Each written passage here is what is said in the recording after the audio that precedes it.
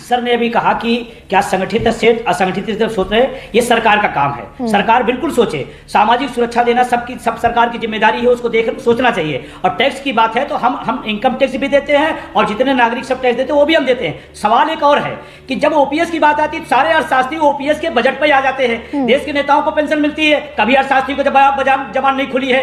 देश पर इतने हजारों करोड़ का विज्ञापन छपता है जो देश का पैसा है, उस पर कोई सवाल नहीं आता है। हजारों करोड़ रुपए उद्योगपतियों का माफ कर दिया जाता है। एक उद्योगपति का आज तक हमने बयान नहीं छापा कि उन्होंने क्या लिखा इस पर। हम विजय कुमार बंधु, केंद्र सरकार तो ओपीएस देने के मूड में है नहीं।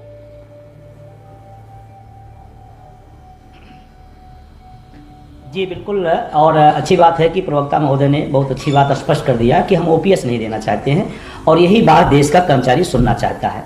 एनपीएस में वो सुधार नहीं चाहता है, ये बात बिल्कुल क्लियर कर लें, क्योंकि एनपीएस पेंशन व्यवस्था नहीं है, वो स्कीम है और स्कीमों का इतना बंटर बाट है। भी उत्तर प्रदेश की मैं बात करूं, हर जिलों में एनपीएस का पैसा कौन ले जा रहा है, कहां ले जा रहा है, कहां लगा दे रहा है, कुछ अता पता नहीं है। उस पैसे का ना कोई माई बाप नहीं है। इसीलिए देश का 1 करोड़ जो एनपीएस कर्मचारी है वो हूबहू पुरानी पेंशन चाहता है। अब केंद्र सरकार के मान लीजिए पार्टी के प्रवक्ता ने सीधे क्लियर कर दिया कि ओपीएस नहीं देना चाहते हैं, तो अब कर्मचारी तय करेगा कि जो ओपीएस नहीं देगा हमें क्या करना है वो हम तय करेंगे। नहीं तो फिर अमित शाह ने आज जो कहा, विजय बंधु, अच्छी बात है। और ये बात जो अमित शाह ने कहा आज ओपीएस पर हमने कमेटी बनाई, तो क्या कंफ्यूजन वाले स्टेट ऑफ माइंड में दिख रही है कि भारतीय जनता पार्टी?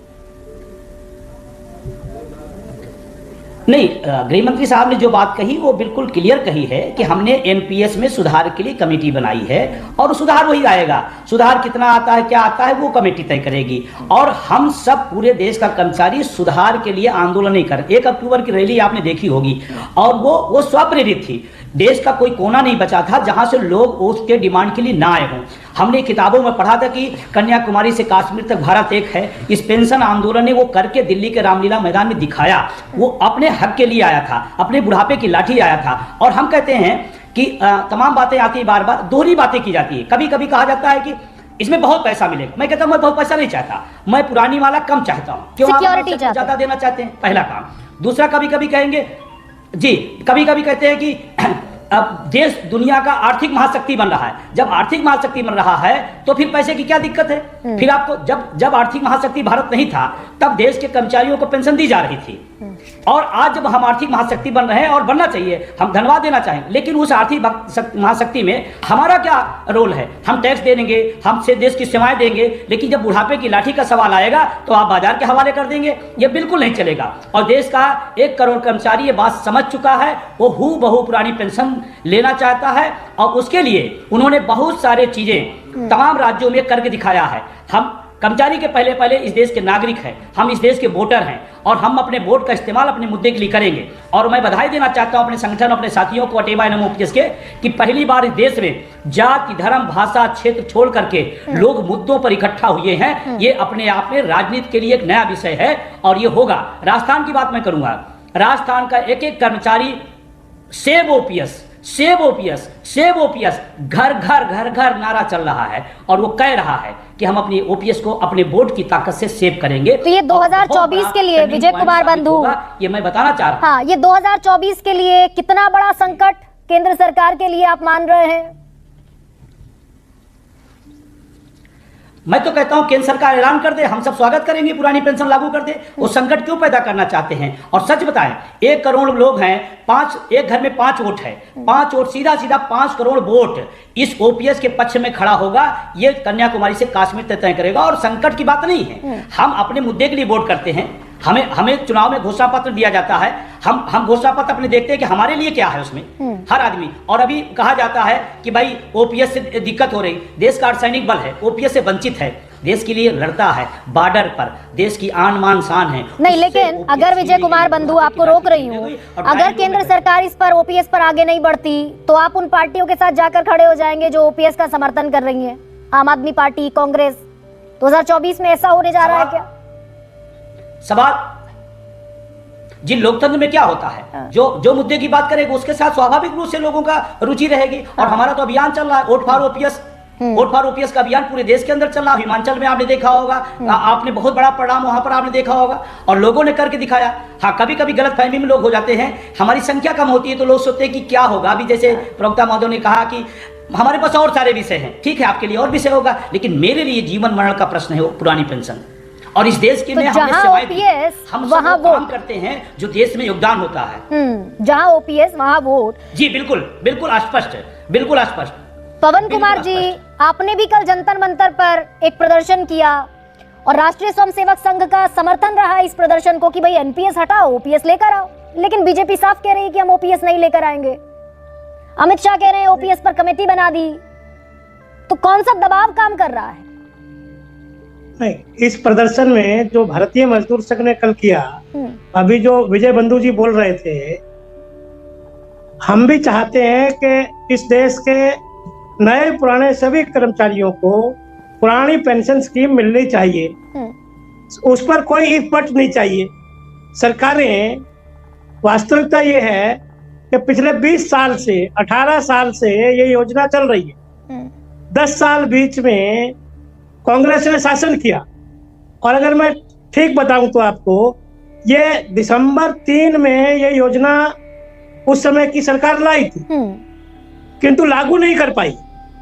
लागू किया अक्टूबर 2004 में एक नोटिफिकेशन के द्वारा तत्कालीन कांग्रेस की सरकार ने, यूपीए की सरकार ने, नहीं ये अटल बिहारी वाजपेयी की सरकार ने, अटल जी की सरकार लाई थी, हाँ, किंतु लागू भी हो गया था।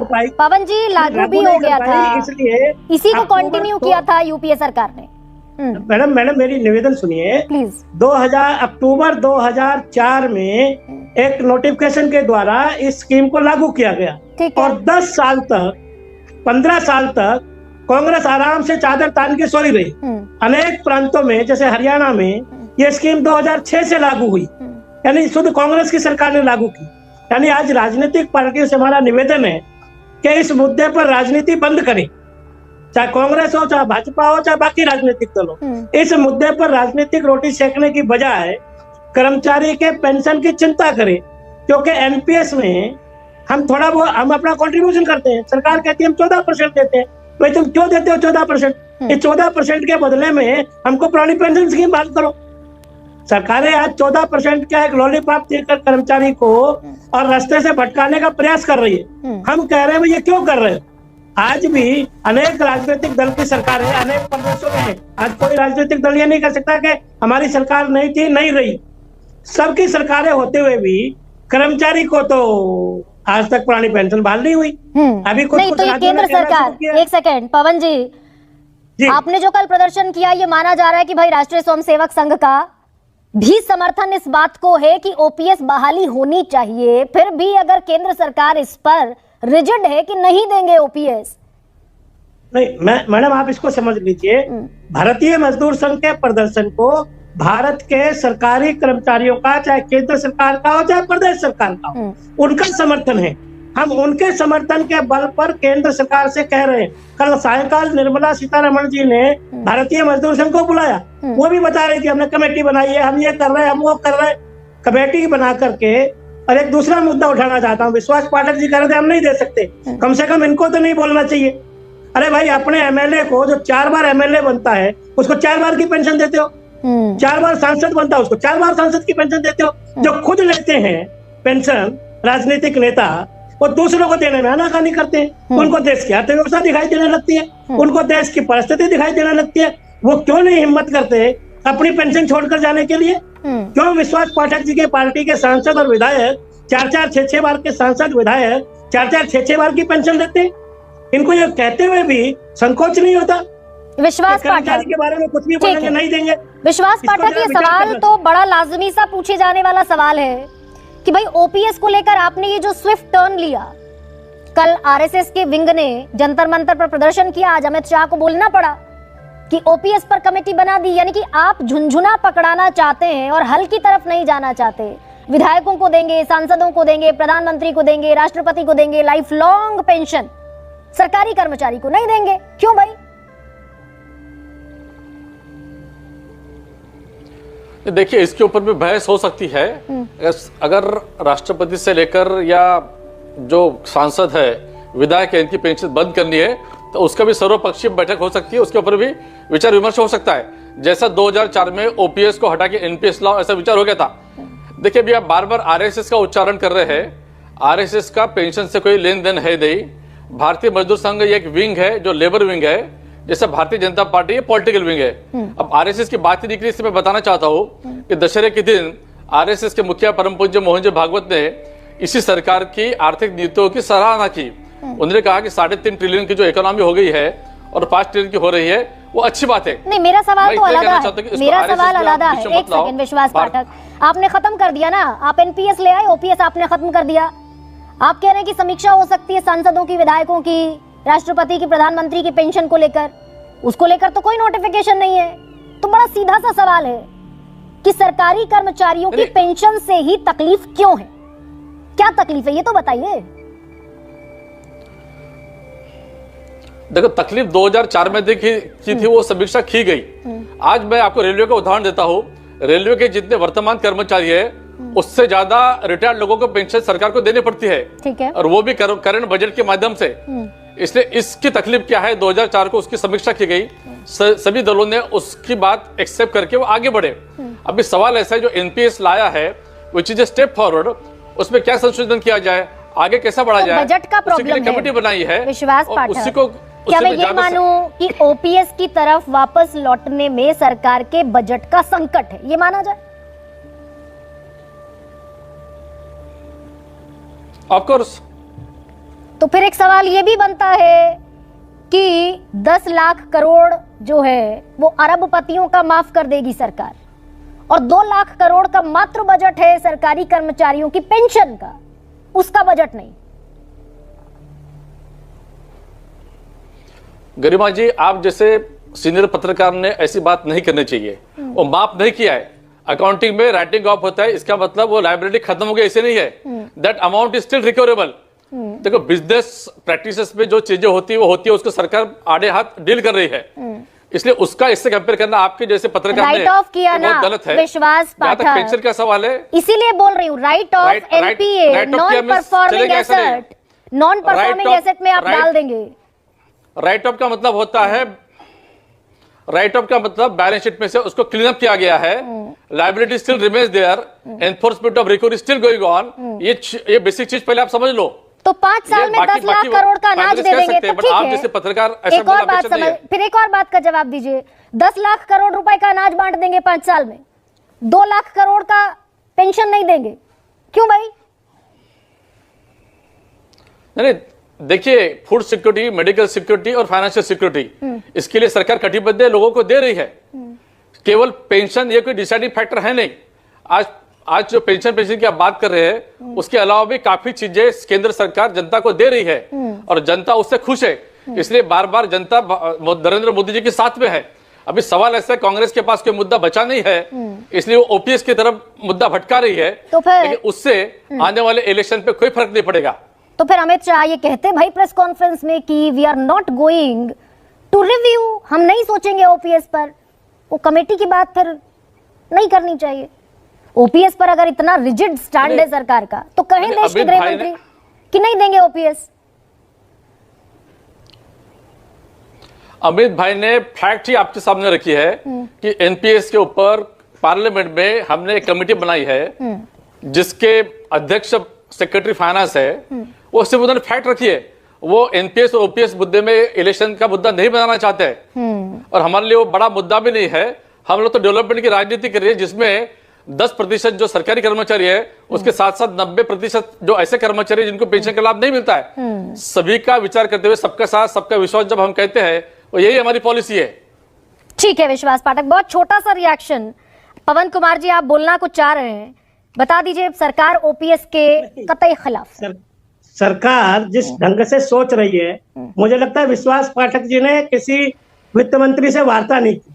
अगर वार्ता करके आते तो शायद इस भाषा को नहीं बोलते कि हम ओपीएस नहीं लाएंगे। इनकी वित्त मंत्री बोलती है कि हम कमेटी के माध्यम से ओपीएस लाने पर विचार कर रहे हैं, और पाठक जी बोल रहे हैं कि नहीं लाएंगे। मुझे लगता है इनके घर के अंदर ही ये अलग अलग राय क्यों बन रही है। पहले तो ये एक बड़ा गंभीर मुद्दा इनके अंदर है, और जहां तक इनको लगता है कि ओपीएस कोई मुद्दा नहीं है, अरे भाई, आज की तारीख में ओपीएस इतना बड़ा मुद्दा बना है देश भर में कि आपको अंदाजा नहीं है कितना बड़ा मुद्दा है।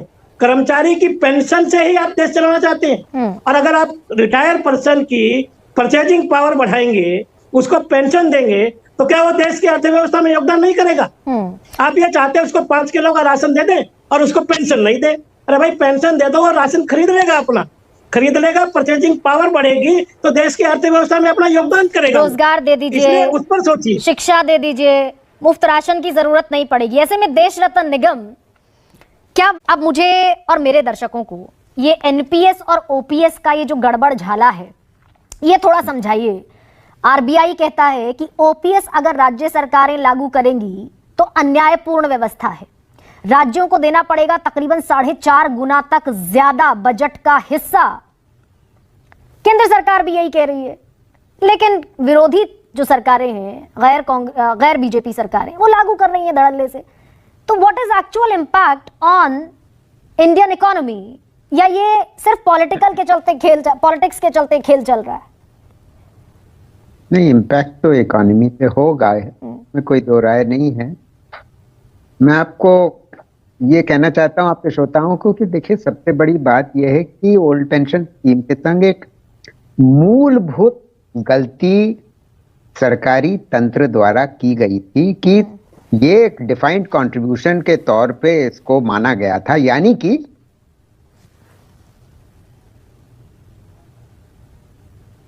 जी करेगा, और आने वाली पीढ़ी जब वो रिटायर हो जाएगा तो आने वाली पीढ़ी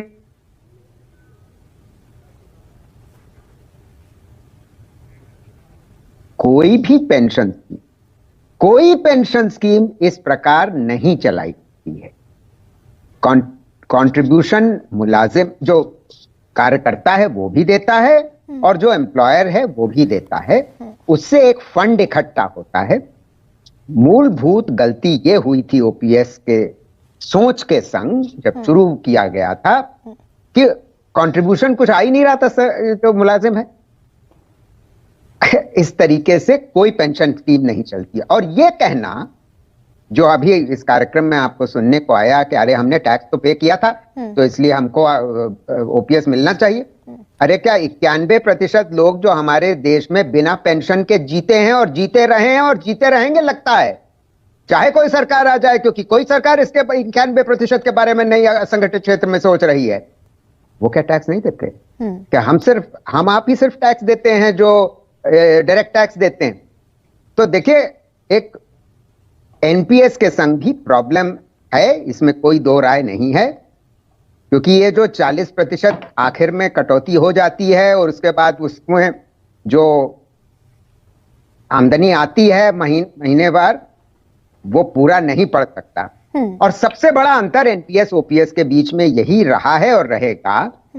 अगर कुछ मिश्रित स्कीम नहीं चालू की जाती, और मिश्रित स्कीम के बारे में ही आंध्र प्रदेश सरकार कुछ सोच रही है, मुझे लगता है जो केंद्र सरकार ने कमेटी बनाई है वो भी शायद मिश्रित स्कीम के बारे में सोच रही होगी कि कुछ मतलब 50% ना दिया जाए लास्ट पे ड्रॉन का, मगर 35-40% दिया जाए और इन्फ्लेशन लिंक्ड हो, क्योंकि एनपीएस इन्फ्लेशन लिंक नहीं है।